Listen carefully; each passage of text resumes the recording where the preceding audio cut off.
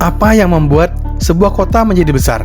Apa karena gedung-gedungnya, atau karena cerita yang tersimpan di dalamnya?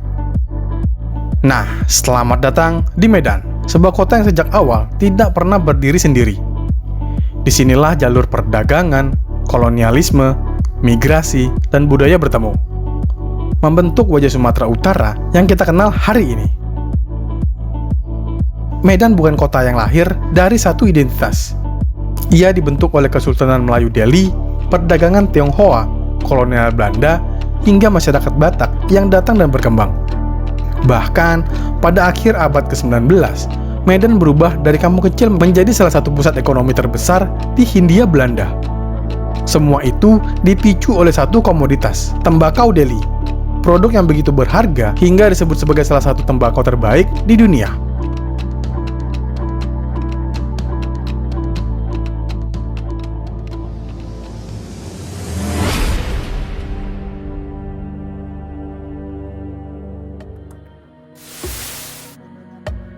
Nah, yang pertama ini ada eksplor kota Medan, sejarah dan ikonnya.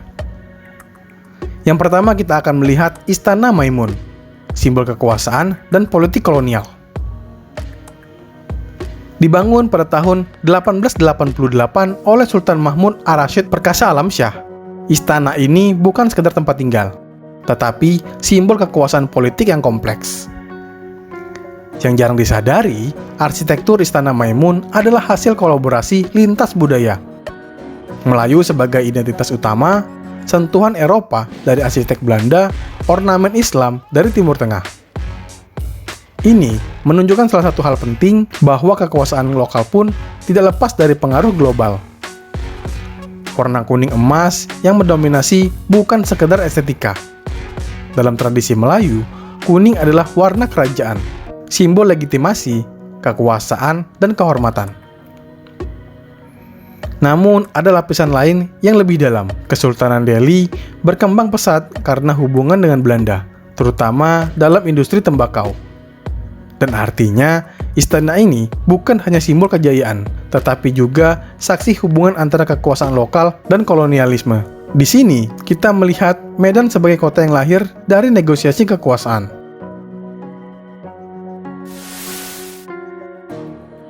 Nah, yang nomor 2, tidak jauh dari istana, berdiri megah Masjid Raya Al-Masyun.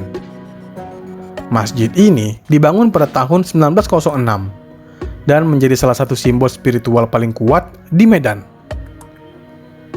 Yang membuatnya unik adalah bentuknya yang segi 8 atau oktagonal, sesuatu yang jarang ditemukan pada masjid di Indonesia.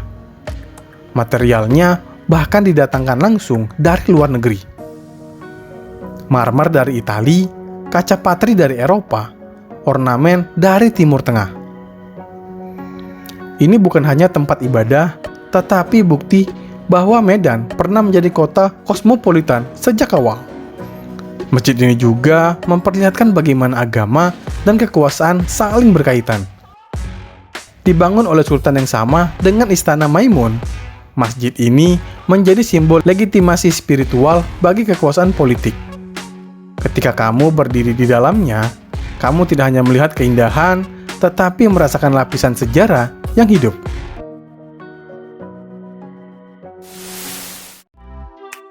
Selanjutnya di nomor 3, kita masuk ke dunia yang berbeda, dunia perdagangan dan kekuasaan ekonomi. Ini dia, selamat datang di Jong Afi Mansion. Rumah ini milik Jong Afi, seorang Taipan Tionghoa yang menjadi salah satu tokoh paling berpengaruh di Medan. Yang menarik bukan hanya kekayaannya, tetapi perannya sebagai jembatan antar budaya. Ia bekerja sama dengan Belanda, berhubungan dengan Kesultanan Melayu, dan membantu komunitas lokal. Dalam konteks sejarah, ini penting karena Medan tidak dibangun oleh satu kelompok, tetapi oleh kolaborasi ekonomi dan sosial lintas etnis. Bangunan ini sendiri adalah simbol itu. Arsitektur Tionghoa, sentuhan kolonial Eropa dengan tata ruang tropis lokal. Dari sini kita bisa melihat bahwa Medan adalah kota yang tumbuh dari kapitalisme, kolonial, dan migrasi global. Nah, kalau sudah menjelang malam, ini adalah tempat yang terbaik. Jika tempat-tempat sebelumnya berbicara tentang masa lalu, maka disinilah kita melihat Medan hari ini. Tempat ini dulunya adalah bagian dari kawasan kolonial, dekat dengan lapangan Merdeka yang menjadi pusat aktivitas Belanda. Sekarang berubah menjadi pusat kuliner dan gaya hidup modern. Di sini kita bisa menentukan semuanya. Ada makanan tradisional Batak dan Melayu, kuliner Tionghoa, hingga makanan modern. Ini tuh mencerminkan salah satu hal penting, Medan tidak pernah meninggalkan masa lalunya, tetapi terus beradaptasi. Bisa dibilang, kota ini hidup di antara dua dunia, tradisi yang kuat dan modernitas yang terus berkembang.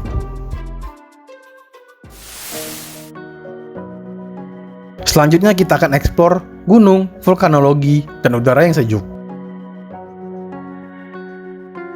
Nah, kalau teman-teman ingin di luar kota Medan, mari kita menuju daratan tinggi Karo, sebuah wilayah yang bukan hanya indah, tapi juga hidup di atas tanah yang terus bergerak. Di sini, alam bukan sekedar pemandangan. Dia adalah kekuatan yang membentuk kehidupan masyarakatnya. Perjalanan menuju Gunung Sibayak membawa kita langsung ke inti aktivitas vulkanik Sumatera Utara. Gunung ini masih aktif, dan dari puncaknya kita bisa melihat kawah yang mengeluarkan uap belerang, sebuah pengingat bahwa bumi di bawah kita tidak pernah benar-benar diam. Yang menarik, masyarakat lokal hidup berdampingan dengan gunung aktif ini. Bagi mereka, gunung bukan ancaman, tapi bagian dari kehidupan. Kalau kita telusurin sedikit, ini akan berlanjut ke pasar buah Brastagi. Pasar ini bukan sekedar tempat jual beli, dia adalah refleksi dari kesuburan tanah vulkanik.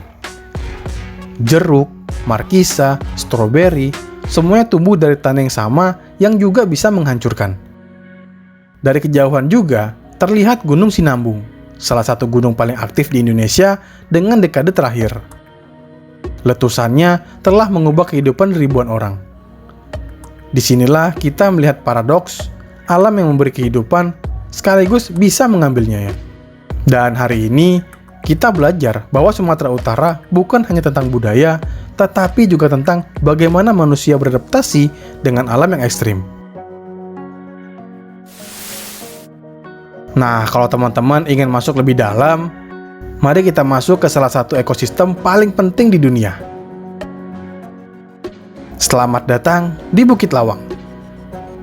Gerbang menuju hutan-hutan tropis Sumatera. Tempat ini adalah bagian dari Taman Nasional Gunung Leser, salah satu dari sedikit ekosistem di dunia yang masih menjadi rumah bagi orang hutan, harimau, gajah, dan badak dalam satu kawasan. Yang paling ikonik tentu saja orangutan Sumateranya ya, karena spesies ini termasuk paling cerdas di dunia dan juga salah satu yang paling terancam punah. Melihat mereka di habitat aslinya bukan sekedar pengalaman wisata, tetapi pertemuan langsung dengan isu global, deforestasi, dan konservasi. Hutan di sini dulunya jauh lebih luas, namun pembukaan lahan dan industri telah menggerusnya secara signifikan. Bukit Lawang menjadi simbol harapan bahwa manusia masih bisa memperbaiki hubungan dengan alam. Saat kamu berjalan di antara pohon-pohon tinggi, mendengar suara sungai Baharo, dan melihat orang hutan bergerak bebas, kamu akan sadar. Ternyata ini bukan hanya perjalanan wisata, tetapi perjalanan kesadaran. Kalau teman-teman ada pendapat, boleh tulis di kolom komentar ya.